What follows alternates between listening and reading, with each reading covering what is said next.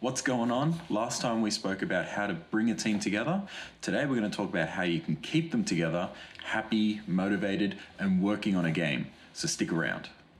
Something that they don't tell you is that once you add people to the development of your game, it no longer becomes your own. The studio becomes the new owner, and keeping a new small studio afloat is a monumentous task, especially with new devs.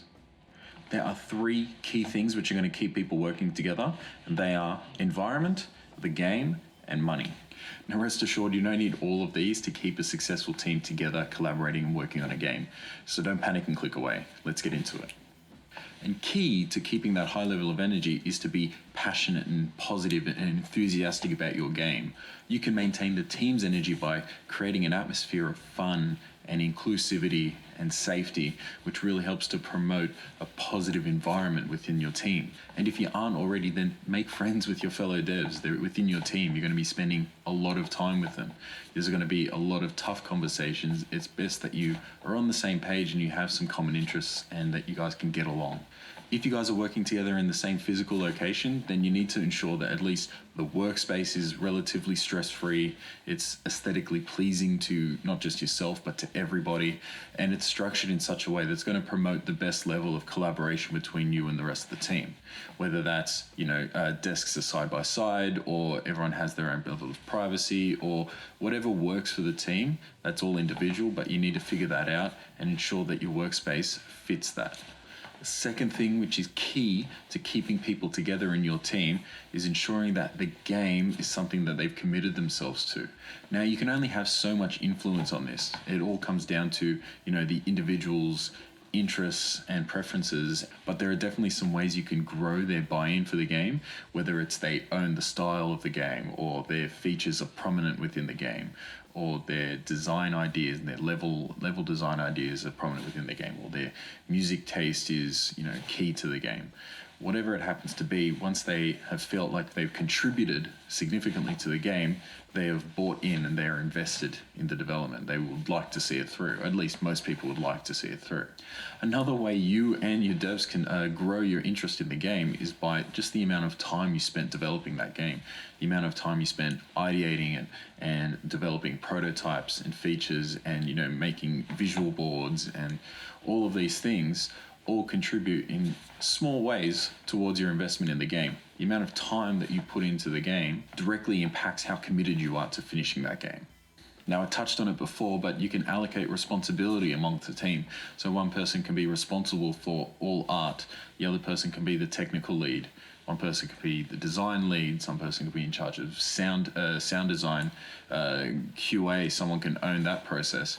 And all of this helps to create buy-in from the rest of your team.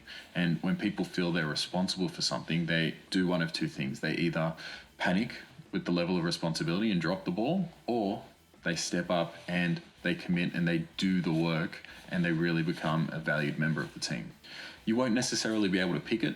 Some people just don't do well with a high level of stress or responsibility on them, and some people really step up and shine. I always managed really well under pressure. When a uni assignment was due the next day, I managed to scramble, get my act together, and really get the assignment out on time. The scramble is strong. The third thing, it's a surefire way to keep people working together, is money. Nothing can keep people working together better than money can. Think about every bad manager or every incompetent or annoying coworker that you've ever had. Now ask yourself why you continue to work with those people. And 9 times out of 10, it's likely because you were paid money to.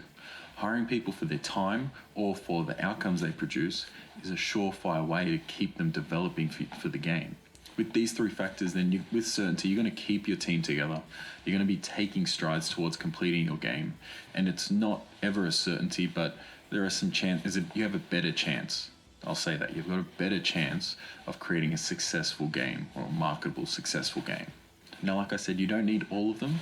You can have a really fantastic game which people are invested in and you can pay them money, but you don't necessarily have a great working environment. I recommend that you should, but you don't necessarily need to have that.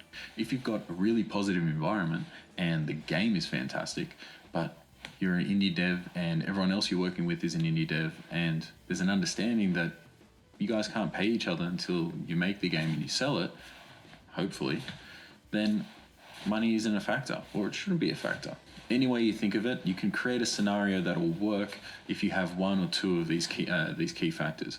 But if you've got a negative environment, if the game isn't interesting or nobody's invested in it, and you can't afford to pay people, then nobody's going to stick around.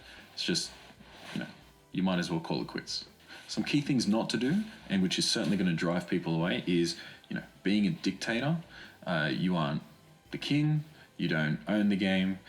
You aren't better than anyone else. Don't cut down other people. Don't cut down their work. Don't invalidate their effort. Another thing that you shouldn't do is cheat anybody within your team. I'd rather take money out of my own pocket and give it to somebody else than have them think that I've cheated them. In the interests of keeping people happy, together, and motivated, it's a small cost. If the advice in this video has helped you, then please consider hitting like and subscribe and sharing it with anyone that you think really needs to hear it. And in the comments below, tell us about any unique ways that you've kept your team together.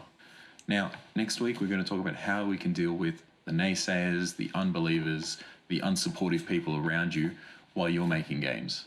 If that's interesting to you, then stick around.